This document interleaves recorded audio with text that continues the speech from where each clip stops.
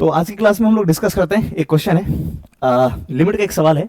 देखते हैं यहाँ पे क्या कह रहा है कि sir find limit square root of 1 minus x naught square whole divide by x1 into x2 into x3 into x4 up to xn where xn plus 1 equals, ये आपको गिवन है कंडीशन, ठीक है। और n में कंडीशन आपको given है, r में कंडीशन गिवन है। r यहां से मैं हटा देता हूं, एक्चुअल में यहां पे क्या है, ये r लिखा हुआ होना चाहिए था। चलो कोई बात नहीं, मैं आपको यहां पे करेक्ट कर लेता हूं, ये भी आपका r हो गया। और r में कंडीशन गिवन है और r कह रहा है कि सर आपका होल नंबर होना चाहिए, n belongs to natural number, ठीक है, कोई दिक्कत नहीं है। n में इसलिए कंडीशन नहीं दिया क्योंकि n टेंड्स टू इनफाइनाइट कह रखा था इसने, ठीक है। तो यहां पे मैं r लिखा हुआ होना चाहिए, एक बार इसको करेक्ट ही कर लेता हूं। यहां पे r plus 1 x r plus 1 x of r plus 1 और यहां पे आप एक्स आर लिख लीजिए, एक्स आर लिख लीजिए 1 प्लस एक्स आर, ये रहा, ठीक है। तो कैसे करा जाए सॉल्व, आप इस लिमिट को देखेंगे तो सर यहां पे एक्स नॉट है और यहां से ये एक रिलेशन यहां पे आपको दिख रहा होगा, x r plus 1 1 plus x r divide by 2। एक काम करते हैं, एक्स नॉट हमें कैसे मिलेगा, ऐसा लग रहा है कि सर आर की जगह पर जब जीरो रख देंगे तो एक्स नॉट मिल जाएगा। आर की जगह पर जीरो रखोगे तो यहां पे जीरो रखेंगे तो यहां पे क्या बनेगा सर हमारे पास में x1 बन जाएगा। तो यहां से हम सब्स्टिट्यूट करके थोड़ा सा एक्स नॉट वगैरह देखते हैं क्या बनता है।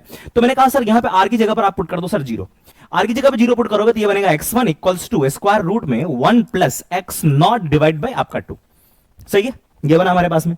अच्छा एक काम करते हैं, x1, अब ये x1 वाली वैल्यू यहां पे पुट करना पड़ेगा।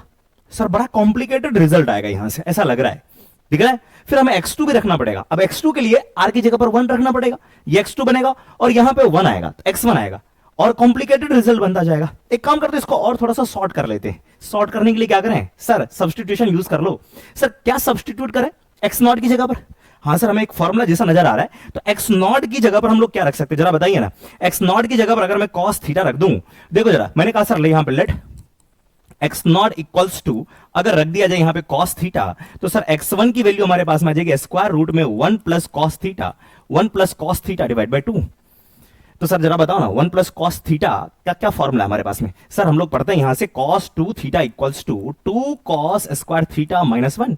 इसको इधर भेज देते हैं, तो यहां से क्या बनेगा 1 plus cos 2 theta equals to 2 cos square theta. ये जो एंगल है 1 प्लस cos, एंगल जो एंगल है कहां गया, ये लो, ये एंगल 2 थीटा है तो यहां पे एंगल हाफ हो गया है, तो यहां पे एंगल आपका थीटा है तो ये वाला एंगल आपका हाफ हो जाएगा और ये बन जाएगा सर हमारे पास में this is 2 cos square theta by 2 whole divide by आपका 2। 2 से 2 कटा, बच्चों हमारे पास में थीटा का कुछ रेंज गिवन नहीं है, आप मैग्नीट्यूड नंग लगा करके, मॉड नंग लगा करके आप डायरेक्टली लिख सकते हैं यहां पे। So this can be written as cos theta, ये आपका cos थीटा थीटा बाई 2। ये क्या बना सर हमारे पास में, ये x1 बना। आइए इस रिजल्ट को यहां पे हम लोग यूज कर लेते हैं, तो ये रिजल्ट हो जाएगा।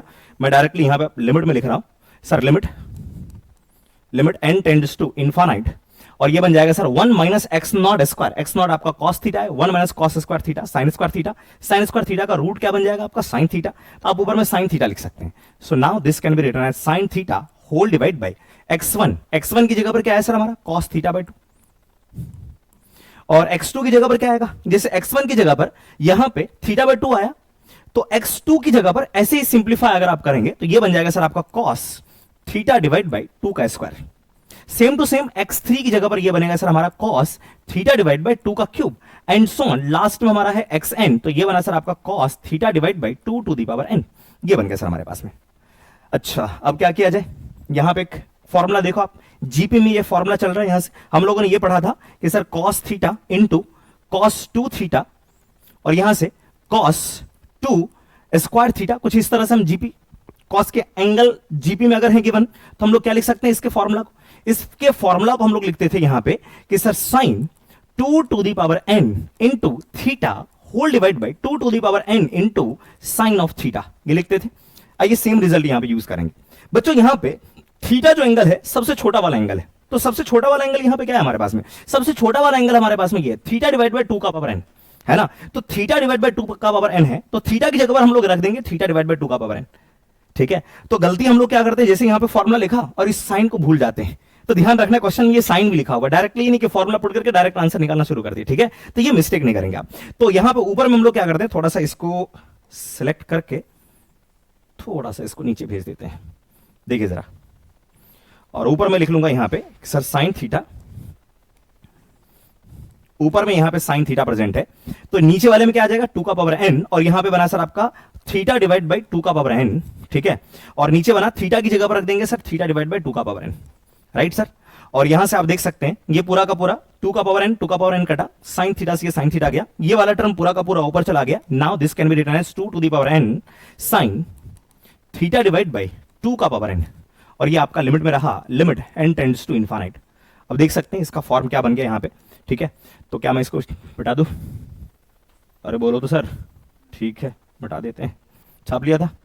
चलिए, तो ये फॉर्मेट देखो जरा, n की जगह पर आप इनफाइनाइट रखेंगे तो 2 का power infinite, theta divide by infinite, आपका क्या बन जाएगा 0, साइन के अंदर का आर्गुमेंट बना 0। हम लोग ये जानते हैं कि sir sign theta divide by theta, अगर ये अंदर का आर्गुमेंट 0 बनता है तो इसकी वैल्यू हम लोग क्या लिख लेते हैं, 1 लिख लेते हैं, ठीक है। तो यहां पे क्या करते हैं, यही चीज सेम, और ये चीज आपका यहां पे होना चाहिए, तो सेम सेम चीज नीचे क्रिएट कर लेते हैं। चलो लिख लेते हैं यहां पे डायरेक्टली कि सर थीटा डिवाइड बाय 2 का पावर n, और इसी को हम लोग मल्टीप्लाई भी कर लेते हैं, थीटा डिवाइड बाय 2 का पावर n।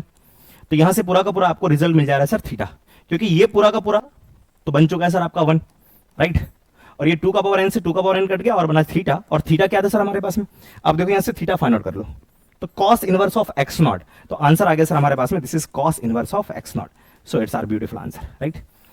Thank you.